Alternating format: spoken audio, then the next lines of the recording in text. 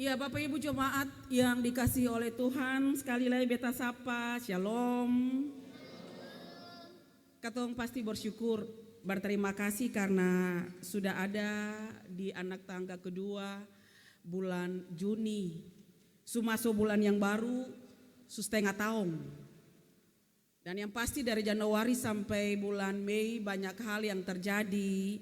Ada senang, ada susah, tapi tetap katong diberikan kesempatan untuk menikmati berkat Tuhan. Tapi yang menjadi pertanyaan dari bulan Juni sampai Desember nih apa yang mau jadi, katong sen tahu. Jadi pertanyaan dari Juni sampai Desember nih kira-kira katong akan menghadapi apa? Susah banyak kah, senang banyak kah, tertawa kah, menangis yang banyak, yang mana, katong sen tahu. Dan ini rahasia. Beta dan Bapak Ibu yang pernah tahu apa yang terjadi dengan katong pun kehidupan, tapi yang pasti katong tetap berdoa dan meminta Tuhan tetap jaga dan lindungi katong semua, keluarga, pribadi, bahkan jemaat. Di minggu ini, minggu yang pertama di bulan Juni ini kita dibingkai dengan tema minggu kita berhikmat menghadapi krisis pangan. Berhikmat menghadapi krisis pangan. Kalau katong baca pembacaan yang tadi katong baca sama-sama dalam kitab Kejadian 41 ayat 37 sampai 57, seng terlepas dari ayat 1 sampai 36 pada pasal yang sama ke-41. Kalau katong baca ayat 37, usul itu dipandang baik, pasti katong tanya ini usul apa? Ini kira-kira usul apa yang disampaikan oleh Firaun sehingga Firaun bilang, oh iyo yang saya usul itu baik. Ternyata ketika katong baca ayat-ayat yang mendahuluinya, di situ menceritakan bagaimana kondisi kehidupan Firaun yang mana dia diperhadapkan dengan sebuah mimpi. Dan dia bermimpi. Mimpi yang dia lihat itu bahwa dia berdiri di depan sungai Nil, ada 7 lembu yang gemuk makan 7 lembu yang kurus, tetapi 7 lembu yang kurus tetap seperti itu, tidak berubah. Itu mimpi yang dia mimpikan dalam perjalanan kehidupan daripada Firaun. Firaun juga takut, dia juga mau ingin tahu ini kira-kira ada apa. Lalu siapa yang artikan? Yusuf. Kalau Yusuf sekarang ini ada di jemaat ini pasti orang cari Yusuf banyak. Orang mimpi banyak lalu cari Yusuf berarti mimpi. Yusuf sebagai orang yang mampu mengartikan mimpi. Dan itu terjadi ketika Yusuf ada dalam penjara dan ada juru roti, dia pun pernah mengalami ketika dia bermimpi dan Yusuf pun bisa mengartikan. Lalu ketika Firaun diperhadapkan dengan kenyataan bahwa dia punya mimpi, akhirnya diberi usul kepada Firaun, ada orang yang bisa artikan atau tafsirkan mimpi itu. Dan dia pun menyampaikan bahwa orang itu adalah Yusuf. Katong semua tahu Yusuf 13 tahun di tanah Mesir. Yusuf diperhadapkan dengan penderitaan. Yusuf ada sebagai budak. Yusuf ada di penjara, tapi dengan kesabarannya Tuhan pakai dia luar biasa. Bayangkan 13 tahun jadi budak, dia di penjara, dia difitnah oleh istri Potifar, tapi dia yang pernah mengeluh. Dia tetap ada dengan semua yang harus dia lakukan. Dia dijual oleh saudara-saudaranya, mana dia ada marah seng. Pada akhir daripada atau buah kesabaran itu, dia ditunjuk untuk menjadi penafsir mimpi. Dia bilang untuk Firaun, saya pun mimpi itu akan pun artinya bahwa akan terjadi 7 tahun kelimpahan dan 7 tahun kelaparan di kota Mesir. Bapak Ibu kalau posisi macam Firaun bisa saja dia bilang, saya betul, saya mungkin. Karena Mesir itu adalah kekuatan dunia. Bukankah Mesir itu dikenal sebagai kota yang makmur dan aman? Tetapi katong harus akui bahwa Tuhan membuka pemahaman Firaun terhadap kenyataan dan kebenaran mimpi tersebut. Dan Firaun pun menyiapkan dan memberikan kesempatan bagi Yusuf untuk ada dan sebagai penguasa di kota Mesir itu. Yusuf bilang, Raja Yusuf bilang, Firaun, akan terjadi 7 tahun kelimpahan, akan terjadi 7 tahun kelaparan. Jadi yang harus katong bikin ini, selama 7 tahun kelimpahan itu, 1/5 dari penghasilan itu katong harus angkat. Katong harus simpan dari hasil kelimpahan itu selama 7 tahun. Jadi kalau selama 7 tahun kelimpahan itu jangan katong foya-foya. Selama 7 tahun kelimpahan itu katong berhikmat, lalu katong atur akang baik-baik. Simpang semua yang ada, dan katong harus bisa mengatur itu supaya ketika 7 tahun kelaparan, orang Mesir yang lapar.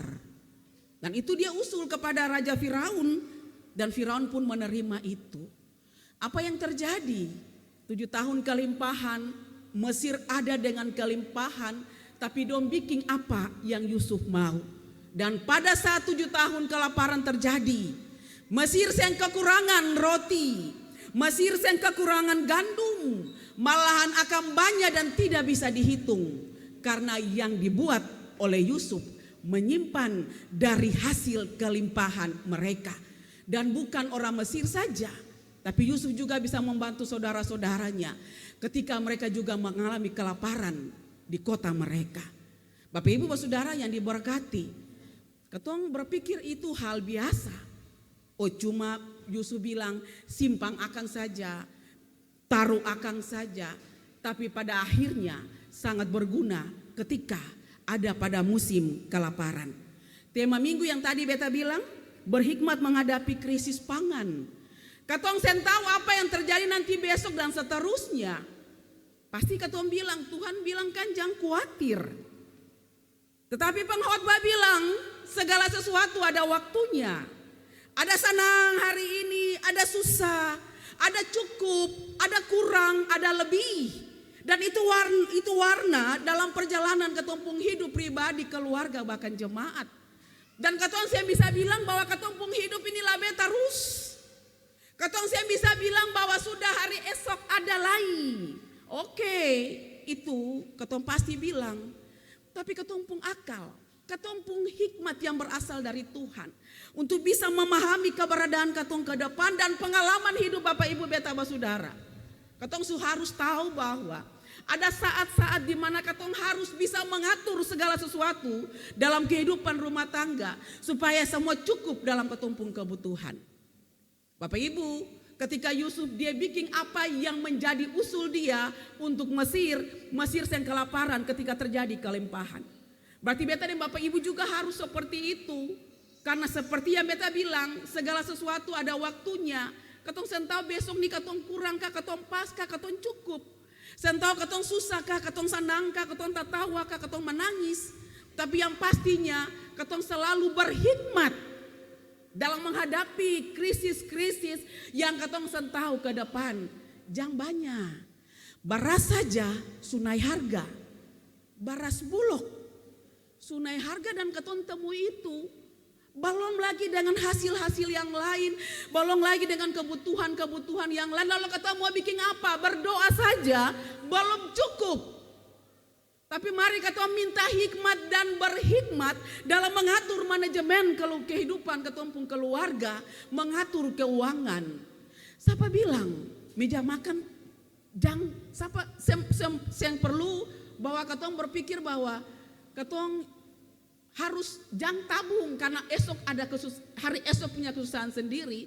Jangan. Ketong berhikmat.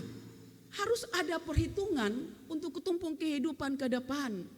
Kalau hari ini ketumpung meja makan akan pono dan cukup, bersyukur. Tapi bukan setiap saat ketong harus berusaha akan pono lalu ketong sen tahu apa yang terjadi. Yang penting cukup, lalu ketong angka simpang for ketumpung kehidupan ke depan. Yang penting ada, lalu akan pun sisa, ketong tabung untuk ketong pun kehidupan ke depan. Ketong pun anak-anak, pun masa depan. Kalau bapak-bapak dapat cekeran, ya ketong pulanglah berdoa lah bagi akan jua. Bilang mama atur akan per ketong pun kehidupan, ketong bahagialah ketong rasa sama-sama. Mama-mama lah dengan semua kelebihan yang ada, Mari pulanglah berdolal katong atur akang, katong bagi akang untuk kebutuhan ke depan. Anak-anak muda yang sudah bekerja jam pikir, beta masih muda, beta masih bisa cari uang. Oh, katong sen tahu apa yang terjadi dengan tumpung hidup. Semua yang ada di dunia ini Tuhan kasih for katong. Tinggal bagaimana katong mengelola. Kalau katong bilang katong seng ada, itu berarti katong seng tahu atur akang. Kalau katong bilang katong lapar, itu berarti katong seng tahu dan sempung hikmat untuk atur apa yang Tuhan kasih. Segala sesuatu Tuhan kasih dan Tuhan pun cara. Dan Tuhan juga kasih kesempatan for katong untuk bekerja dengan semampu dan kekuatan katong. Tinggal bagaimana katong atur akang par katong pun hidup dari hari lepas hari. Siapa bilang boleh bapake siapa apa itu berkat. Tapi katong ingat bahwa ada kebutuhan lah jadi katong sisipkan untuk katong pun kehidupan ke depan. Siapa bilang boleh ada dengan setiap kesenangan. Terserah Bapak Ibu jemaatku bahkan beta. Tapi katong juga harus atur akang baik-baik supaya ketika butuh semua ada. Beta bilang bahwa ingatan, boleh berjalan-jalan simpang uang tuh jangan sampai. Terserah Bapak Ibu, semua berhikmat dan hikmat itu Tuhan kasih taruh per katong masing-masing. Tinggal bagaimana katong atur akang for katong pung hidup. Karena jangan sampai ketika ada susah, katong lebih susah lagi. Karena apa? Katong alpa belajar dari Yusuf dalam kehidupan yang serba susah, tapi dia sabar menjalaninya. Tuhan pakai dia luar biasa dengan hikmat yang Tuhan kasih, dengan roh yang Tuhan kasih, dia pun mampu menjadi penguasa bagi tanah Mesir dan dia mampu mengatur segalanya untuk memenuhi kebutuhan bangsa Mesir. Lalu katong, kenapa sih bisa? Kenapa katong sih bisa? Mari katong masuk di bulan yang baru. Yang Tuhan sukasi for katong setiap saat ini, katong minta Tuhan berkati akang. Lalu katong kelola baik-baik. Yang ada dalam lumbung-lumbung, dalam rumah tangga, minta Tuhan berkati agar memenuhi apa yang katong butuhkan di tengah-tengah katong pung hidup. Pasti cukup dan katong tetap ada dan yakin Tuhan sempurna kas tinggal beta dengan Bapak Ibu. Asal yang penting bikin yang Tuhan mau dalam katong pung hidup. Untuk itu beta percaya katong orang Kristen saya akan pernah mengalami kelaparan. Kalau katong selalu berhikmat, selalu bekerja dan berusaha, bahkan berdoa. Karena Tuhan akan siapkan dengan Tuhan pun cara. Tapi kalau cuma tinggal duduk lalu mimpi, jangan marah, sing dapat apa-apa. Dan tidak jadi berkat dalam katong pung hidup. Tuhan Yesus sayang katong semua, tetap jadi yang terbaik. Supaya keluarga diberkati, saudara-saudara diberkati dengan kehadiran katong di setiap perjalanan hidup dari hari lepas hari. Tuhan Yesus sayang katong semua. Amin.